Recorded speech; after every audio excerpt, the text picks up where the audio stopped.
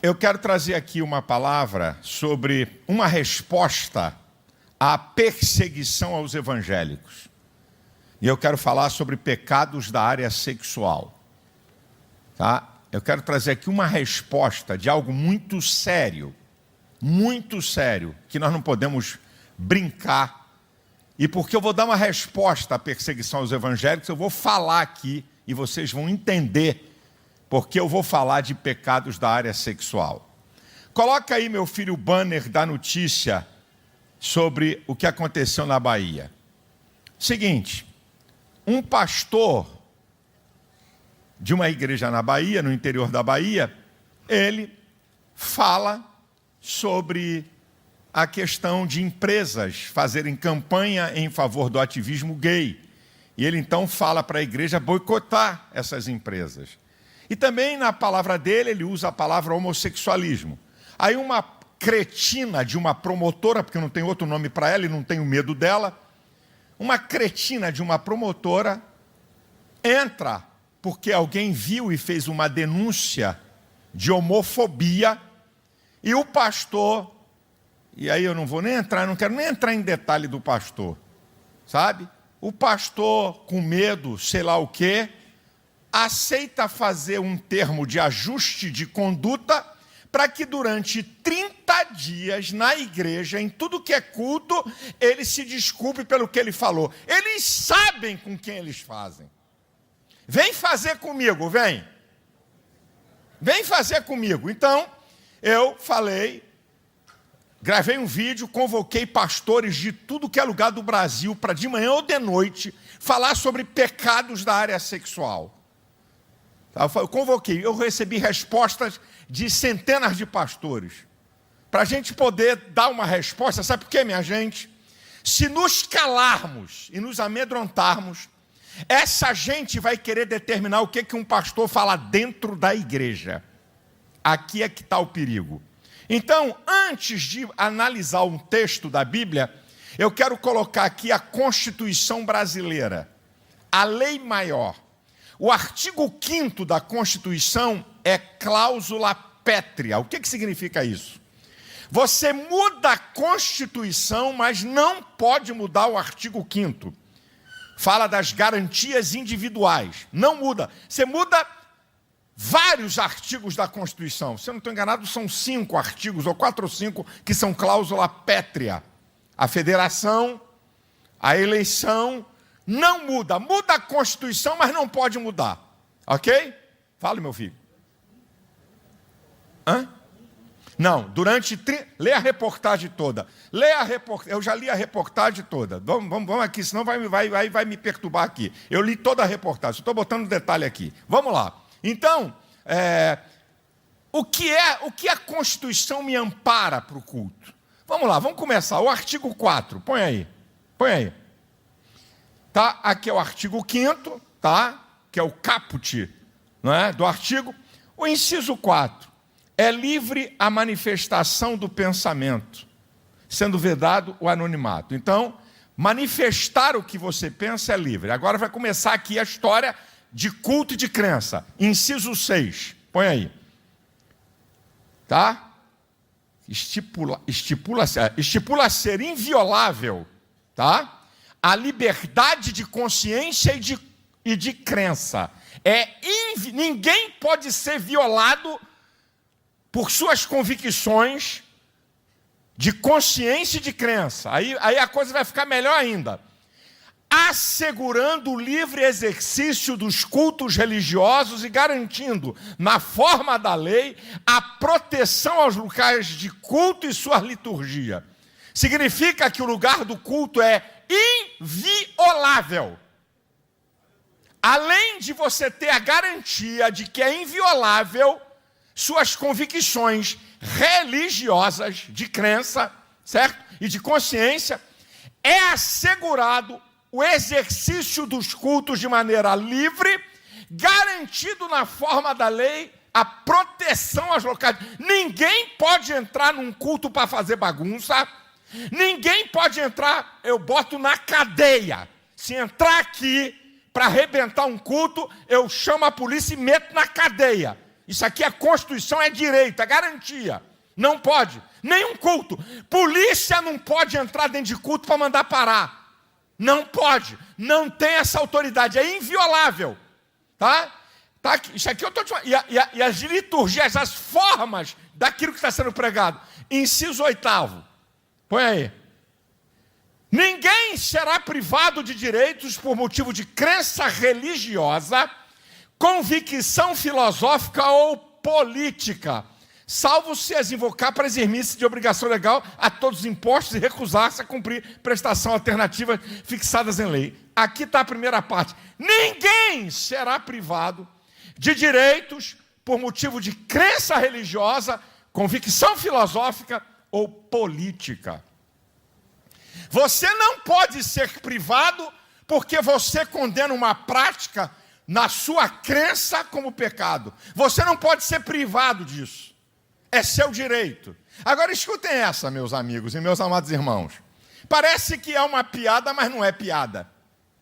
Em 2011, eu, pastor, defendi a Igreja Católica. Em 2011, a Parada Gay cometeu crime de vilipêndio, artigo 208 do Código Penal. Sabe o que aconteceu?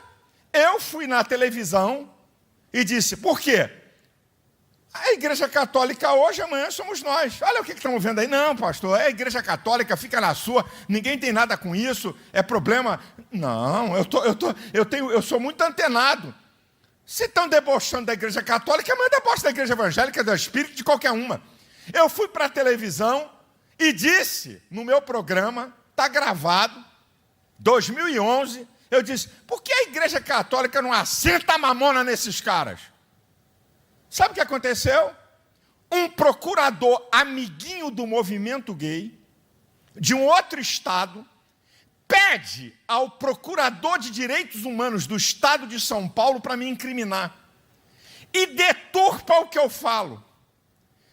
Ambos os procuradores, quando houve aquele assassinato na boate nos Estados Unidos, do gay, todos eles no seu site com as bandeiras gays, quer dizer, não tem isenção nenhuma.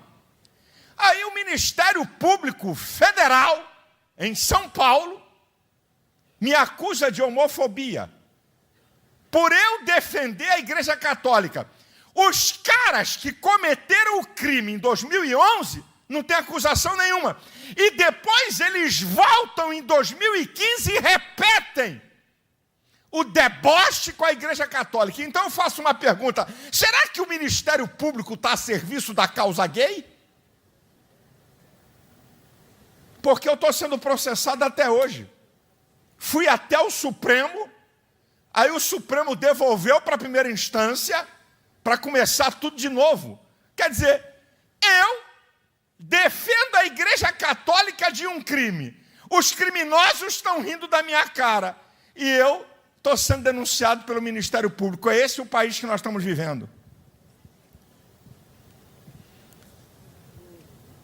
Eu estou mostrando aqui para vocês, porque o que eu vou falar, eu estou amparado pela Constituição do país. É isso que eu quero mostrar para vocês. O que eu vou falar aqui, eu estou amparado pela Constituição. Bem, se quiserem rasgar a Constituição, então me bota na cadeia, porque eu não tenho medo disso. Agora, sabe o que eu fico imaginando, irmãos queridos, Igreja de Jesus? Eu fico com vergonha ao parar para pensar, e eu não vou falar lá no tempo do Império Romano, não vou nem lá atrás. Eu fico com vergonha de, nesse tempo hoje, pastores em nações do extremismo islâmico serem mortos, irem para a cadeia, mas não se acovardam. Pastores hoje, nas nações comunistas, serem presos, irem para a cadeia e não se acovardam. E pastores na nossa nação com medo de processo. Eu fico com vergonha. Eu fico com vergonha. Não estou falando de voz profética, é outra história. Não estou falando. Eu estou falando de você ser questionado e você arregar com medo de processo. Por defender princípios da sua fé. Me ponham na cadeia, porque eu não vou me calar.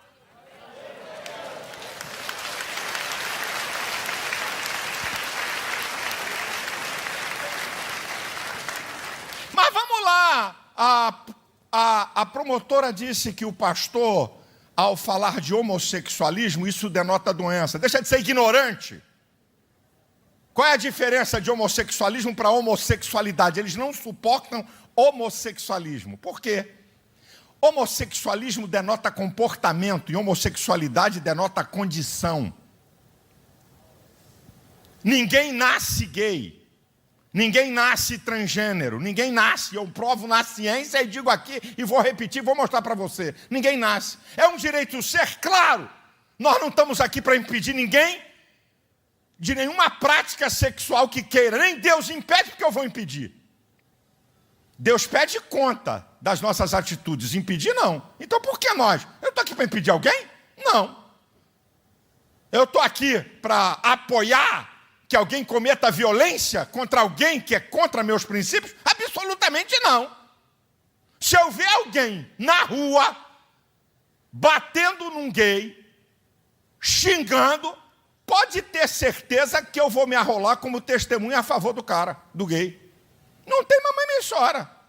E se tiver como eu ando com policiais em minha volta, eu mando algemar o cara e vão botar, leva para a delegacia. Se eu presenciar um camarada homossexual ser agredido, né, xingamentos e tal, eu com o policial, prende, vamos embora, e vou apoiar o cara. Eu não estou aqui para isso, não vem aqui me confundir. Uma coisa é criticar comportamento, outra coisa é odiar pessoas. Vamos devagar com a louça. Eu conheço o jogo do ativismo gay. Ele quer misturar essas coisas. Críticas de opinião a um comportamento com pessoas. Então, homossexualismo é um comportamento. Homossexualidade é uma condição. E não é condição, é comportamento. Eu falei ontem aqui para a juventude da igreja.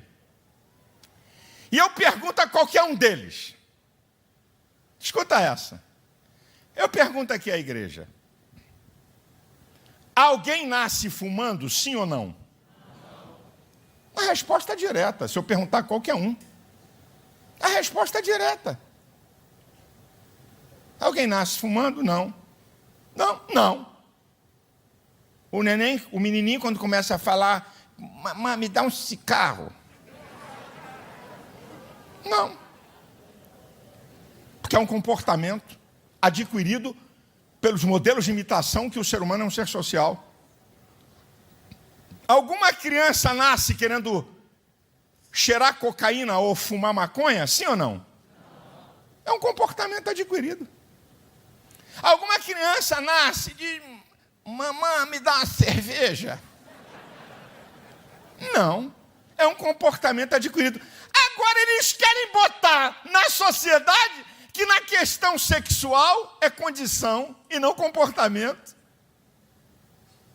Vocês entenderam esse negócio? Você pergunta a qualquer pessoa, como vocês responderam imediatamente. Alguém nasce fumando? Não. Alguém nasce tomando goró? Não. Alguém nasce cheirando cocaína? Não. Mas quando chega na área sexual, eles querem dizer que o camarada já nasce assim. Ou mudar um pouco agora, que o camarada quando nasce não é masculino nem feminino. É alguma coisa que a gente não sabe o que é. E que depois vai escolher ser. Só que tem um detalhezinho.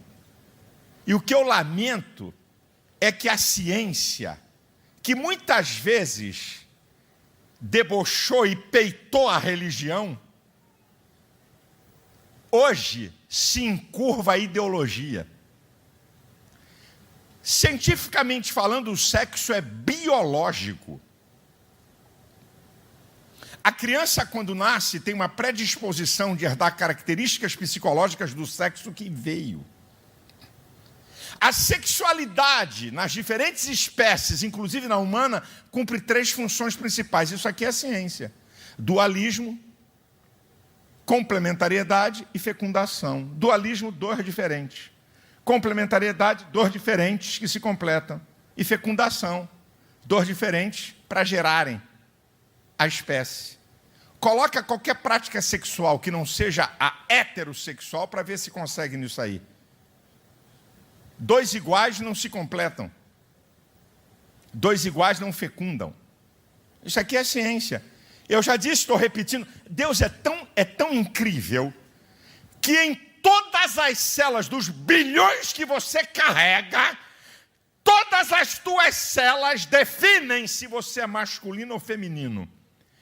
Amanhã, qualquer um que morrer e um fragmento de um osso daqui a 1000 anos for achado, ninguém vai dizer, esse aqui é transgênero. Não, esse aqui não é hétero. Não, esse aqui é não. Macho, fêmea.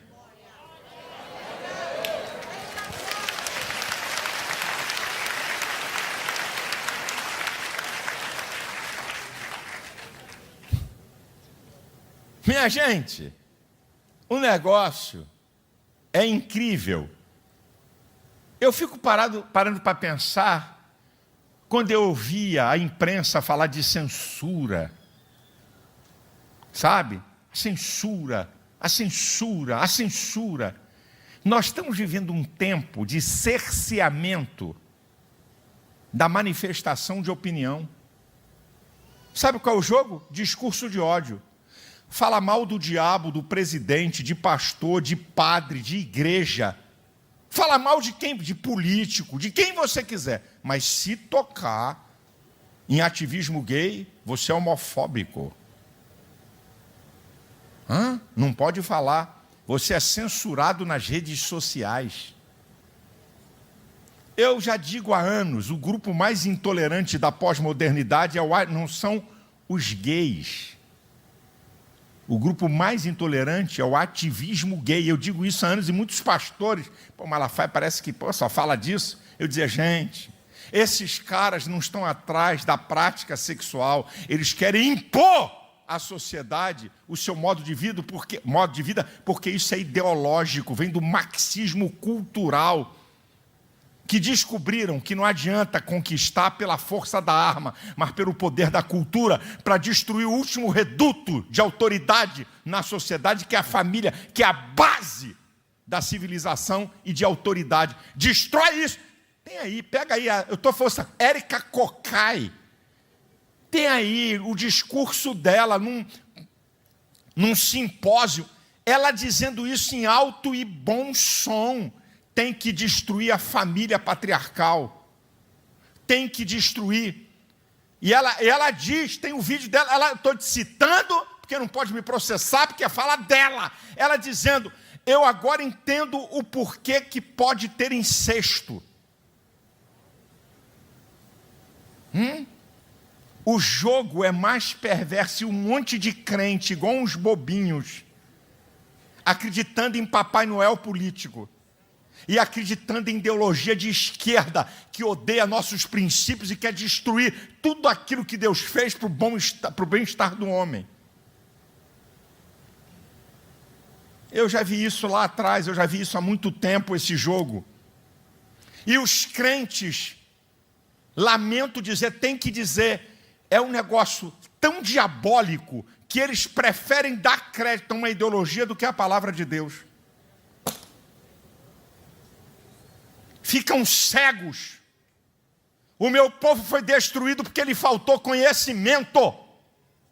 Não querem conhecer, não querem entender e fazem parte de um jogo político nojento que destrói os valores daquilo que nós temos como a palavra de Deus para a nossa vida. Então vamos ver as práticas sexuais lícitas e ilícitas, segundo a palavra de Deus, eu estou amparado pela Constituição. É inviolável minhas convicções de crenças religiosas. É inviolável. Ninguém pode violar. O lugar do culto é inviolável.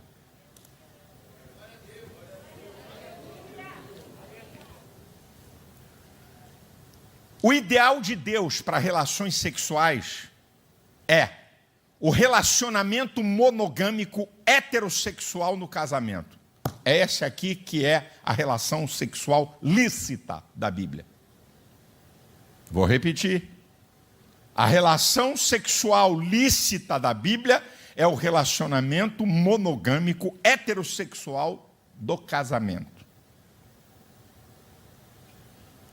As outras relações sexuais, que lá no grego é usada a palavra porneia, são as relações sexuais ilícitas. isto é, casados com outros cônjuges fora do seu ou com solteiros. Relacionamento entre solteiros. Relacionamentos de homem com homem, mulher com mulher, relacionamentos com animais, relacionamentos com criança, relacionamentos incestuosos com membros da família, irmão com irmão, pai com filho, filha, mãe com filho. Toda a prática sexual dessa que a Bíblia tem um nome, porneia, é ilícita e é pecaminosa segundo a palavra e para quem crê. Aí eu vi um cara dizer, mas pastor, eu vi, pastor, o senhor não leva mal, Jesus, eu não vejo Jesus, nunca falou nada contra a prática homossexual, Jesus é amor. Eu falei, filha, porque você não conhece nada de Bíblia. Porque se você conhecesse Bíblia, não está falando dessa arneira. Então eu vou te provar o que Jesus falou. É mais do que você imagina. Em Marcos capítulo 10, do versículo 6 ao 9, Jesus ratifica o que Deus fala na criação. Porque desde o princípio Deus fez macho e fêmea. Deixará o homem seu pai e sua mãe, unir-se à sua mulher, e serão ambos uma só carne. Como é que Jesus apoia relações homossexuais? Aonde? Ele está ratificando o princípio da criação, minha gente. Que conversa fiada, e um monte de crente engolindo essa conversa fiada de ímpio que não crê na Bíblia e quer usar a Bíblia para nos impor a sua condição. Que conversa é essa? Jesus está falando que a única relação sexual aprovada é no casamento e a relação heterossexual. Se não tivesse esse texto na Bíblia, eu podia dizer, o negócio está ficou meio encardido. Mas Deus não deixa nada aberto. Não deixa nada para você ficar confuso. Jesus declara. Ele está ratificando lá o princípio que Deus fez. Esse princípio não muda. Macho e fêmea. E essa relação, e mais dentro do casamento, no relacionamento monogâmico. Não é apenas um relacionamento heterossexual. É isso, meu amado irmão, que a gente tem que entender se você crê na Bíblia. Se você não crê, não discuta comigo. Uma vez eu estava numa audiência pública e o chefão do LGBT, na discussão no Congresso Nacional, sobre questões de casamento gay, essa coisa toda, aí ele caiu na besteira. Mas pastor, Jesus é amor, está na Bíblia. Eu falei, você quer discutir isso comigo na Bíblia? Não vai dar nem para a saída. Aí a plateia riu, os deputados riram. Eu acho melhor você continuar tentando discutir comigo no viés sociológico. Porque na Bíblia, amigo, tu está de brincadeira, tu não sabe nem o que tu está falando, rapaz. A sua prática é pecaminosa à luz da Bíblia, rapaz. Deixa de história. Você pode praticar, e quem quiser praticar, pratica o que quiser. Algumas práticas, escute isso, povo de Deus. Eu também falei isso há tempos atrás. Isso é um absurdo. Hoje, práticas sexuais que são condenadas à luz da lei, como incesto e como pedofilia, já há um argumento. O que Érica Cocá e Jean Williams tentaram fazer?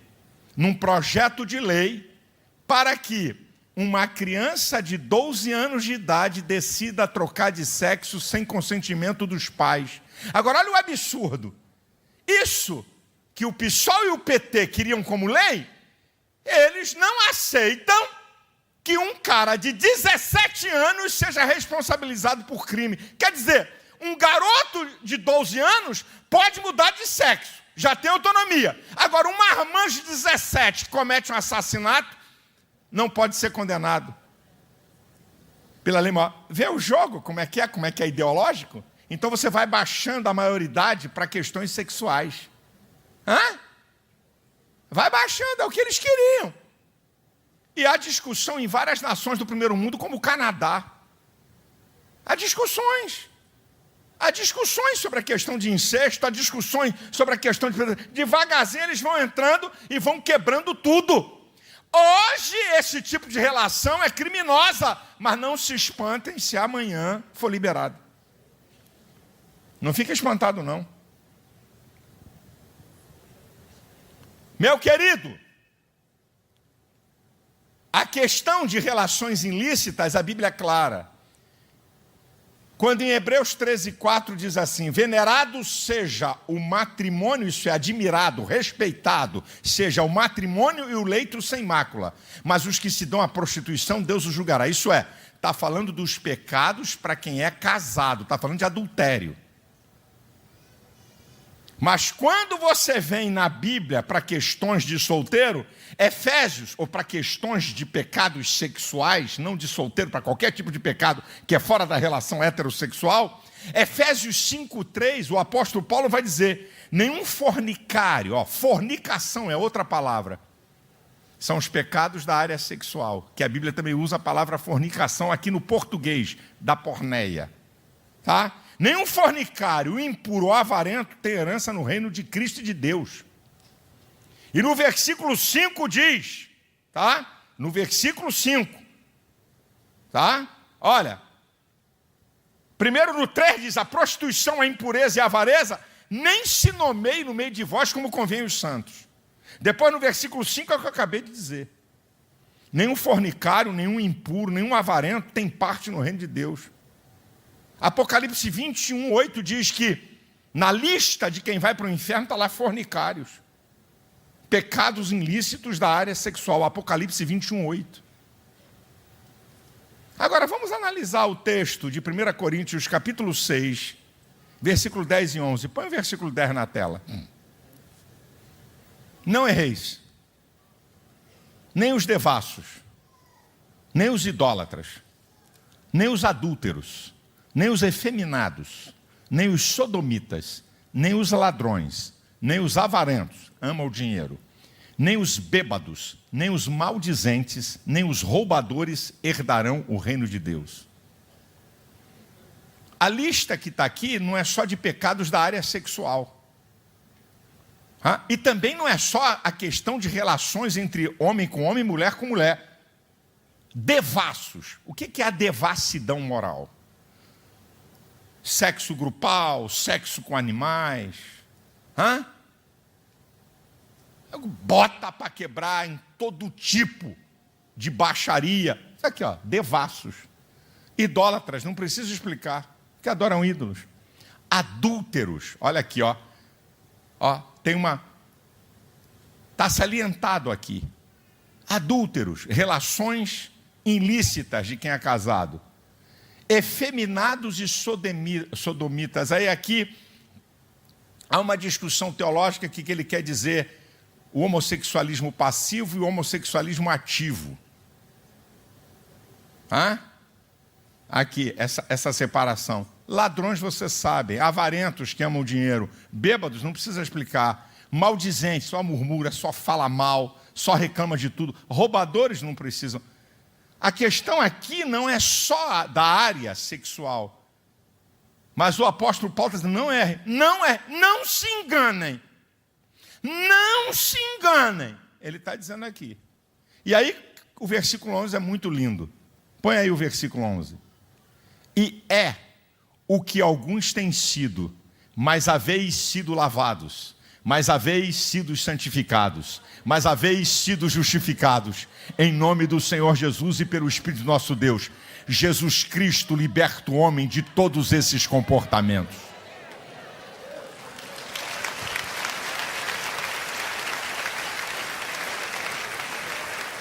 Porque são comportamentos adquiridos na sociedade. Escute, por que caiu?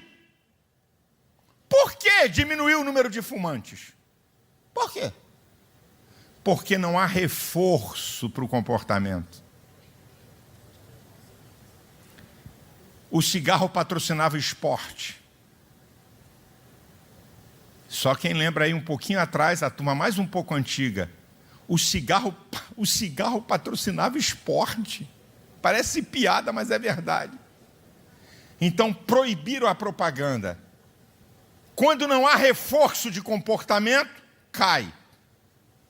Tem um filme aí, eu esqueci o nome, um filme que fala sobre jogo de xadrez, um filme famoso. O Gambito da Rainha. Depois que esse filme, isso é pesquisa, o número de procura para aprender a jogar xadrez cresceu assustadoramente. O ser humano vive de modelos de imitação. Se você reforçar qualquer tipo de comportamento, o ser humano vai. Não é só por questões de violência que isso também está dentro. Meu irmão, isso é provado. Grande parte de comportamentos homossexuais é fruto de violência. Isso é provado. Vamos deixar. Eles querem cobrir uma coisa que é verdade. Outros não. Modelo de imitação de um comportamento. O ser humano tem áreas erógenas. Em todo o corpo tem terminações nervosas. Se tocar, produz estímulo. E querem fazer isso a partir de criança, que é a maior das covardias, minha gente. Aí você pergunta, mas pastor, por quê? Por que essa questão dessas relações ilícitas, por quê? Por que o homem envereda por um caminho totalmente contrário à sua natureza? Vamos aqui ler Romanos capítulo 1, do versículo 24 ao 28. Vamos ler?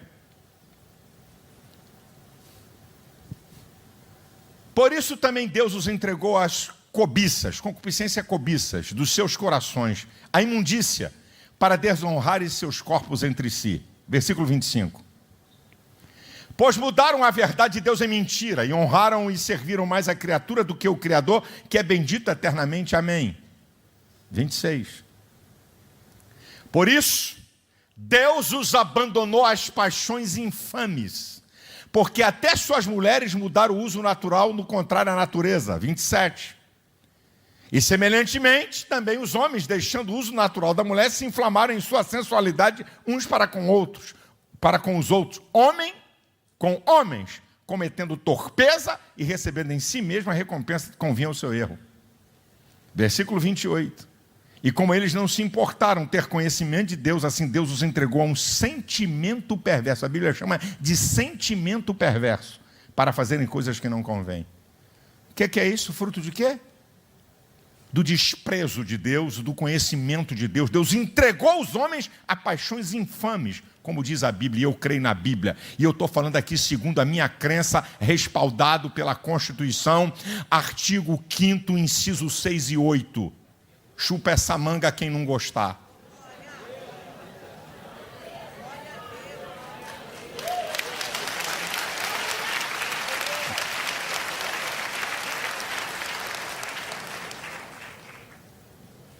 Igreja de Jesus e povo de Deus e líderes evangélicos, escuta o alerta que eu estou dando. Não sou único, mas sou uma voz profética nessa nação.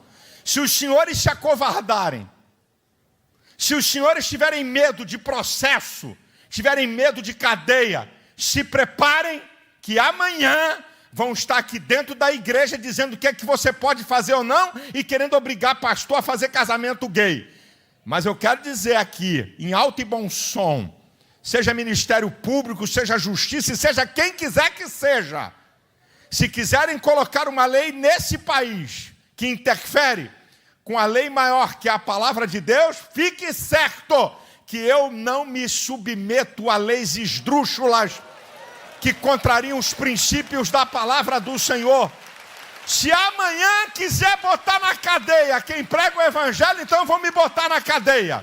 Se amanhã quiser botar na cadeia pastor que não pode falar sobre práticas sexuais ilícitas, então vão ter que me botar na cadeia. Eu não vou me calar, mas tem uma coisa, a história vai dizer assim, olha, tem uma meia dúzia de doido que passou por aqui, que não se encurvou ao pecado, não teve medo de homem, e eu quero declarar o que está em Hebreus 13:6. Por isso, ousemos com confiança dizer: o Senhor é o meu ajudador, não temerei o que me possa fazer o homem. Nós temos que entender o que a gente crê. Ou nós temos convicção, e eu vou dizer uma coisa: se os crentes da época do Império Romano, do comunismo, da cortina de ferro, se os crentes hoje das nações islâmicas viessem aqui, ficariam com vergonha de crentes e de pastores, de serem tão covardes, omissos e não terem convicção da sua fé. Essa aqui é a verdade, meus irmãos. A verdade aqui é nua e ela é crua. É tão bonito a gente ler na Bíblia, né? Aqueles que foram para a cadeia, os apóstolos, os crentes, que foram mortos pelo Evangelho, e pastor com medo de ministério público. Eu fico com vergonha. Eu fico com a Bíblia, o que Jesus falou nas bem-aventuranças, em Mateus capítulo 5, versículo 11. Bem-aventurados sois vós, quando vocês forem injuriados, quando vocês forem perseguidos e quando mentindo disserem todo mal contra vós por minha causa, exultai, alegrai-vos, porque grande é o vosso galardão nos céus, porque assim perseguiram os profetas antes de vós. Que igreja é essa? Que somos 30% da população, que temos força política e estamos com medo de gente incoerente, porque isso não é o ministério público totalmente, são alguns incoerentes que estão lá, e nós vamos nos dobrar, e nós vamos ficar amedrontados, e nós vamos ficar com medo de pressão. Que igreja é essa?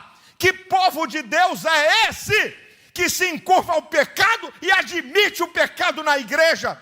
Tem pastor que não fala contra o pecado, que não quer perder gente. E gente já saiu daqui para igrejas que é só love, só love, só love, só love.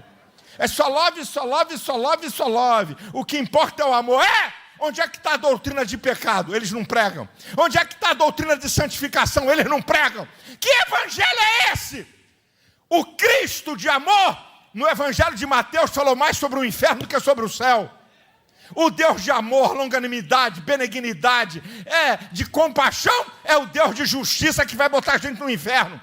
E não se engane não estou falando de pecar porque eu também peco, mas quem vive na prática do pecado, Romanos 6:23, o salário do pecado é a morte. E não está falando de morte física, está falando de morte eterna. E Jesus falou em Mateus 10:28, vocês não devem temer aqueles que matam o corpo, mas aquele que lança o corpo e a alma no inferno.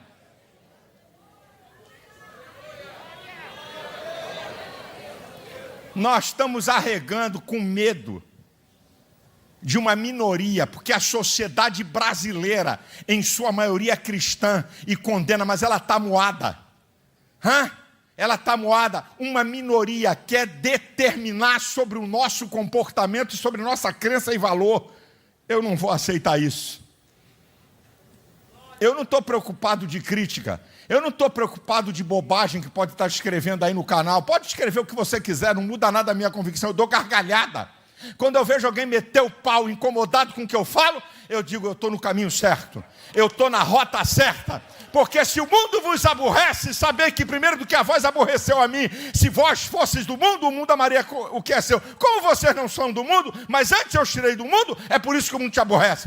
O dia que começarem a bater palma para a igreja, pode ficar preocupado que tem alguma coisa errada. E ver pastores que foram ícones, teologicamente. Pega livros de pastores ícones que combatiam o pecado e hoje, fazendo acordo com as trevas, dizendo que isso é direito civil. Deixa eu dizer uma palavra, que eu vi aí uns famosinhos teólogos. Nós não podemos ser um direito civil. Claro, é direito civil. Aí eu pergunto a você, ter relação sexual depois dos 18 anos é direito civil, sim ou não? Responde, irmão. Sim, é direito civil, maior de idade. Mas na Bíblia é pecado se for fora do casamento. É direito civil você beber da número 1 a 51? Sim! Mas na Bíblia, beberrão vai para o inferno. Que conversa é essa? Que papo é esse? É direito civil. Tem um monte de direito civil que a Bíblia condena como pecado. Escolhe o que você quer. Escolhe! É como Josué disse para o povo de Israel, ei, escolhe a quem vocês querem servir. Eu e a minha casa serviremos ao Senhor. Escolhe! Que igreja você quer participar? É tudo bonito, é tudo bacana, é muito show, é muita música, é só mensagem para agradar e para alisar ego? Então vai! Mas depois esses pastores vão acertar conta com Deus, porque eles estão pensando que vão viver nesse mundo. Eu não quero nem saber o que o povo está fazendo. Maior cachorrada dentro da igreja. O cara está lá, prática garota com garota, garoto com garoto, cara casado papando garota, solteiro papando a namorada. Estão lá dentro da igreja, tem um monte de gente, eu não quero saber disso.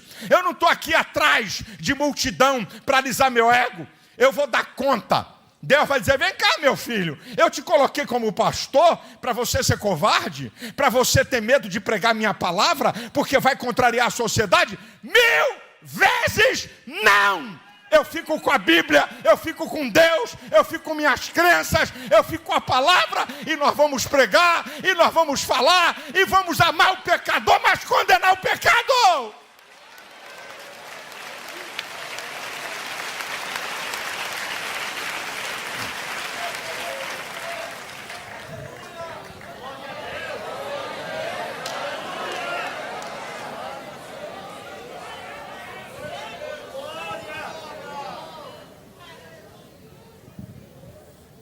Que Deus tenha misericórdia da sua igreja. Que Deus tenha misericórdia da nação brasileira. Que Deus levante uma igreja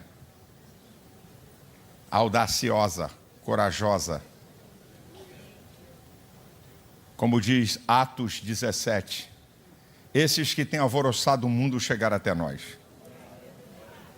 Não é esses que se acomunaram com o mundo. É o que alvoroçou o mundo. Não vos conformeis com esse mundo, Romanos 12:2. Mas transformai-vos pela renovação do vosso entendimento, para que experimenteis qual seja a boa, perfeita e agradável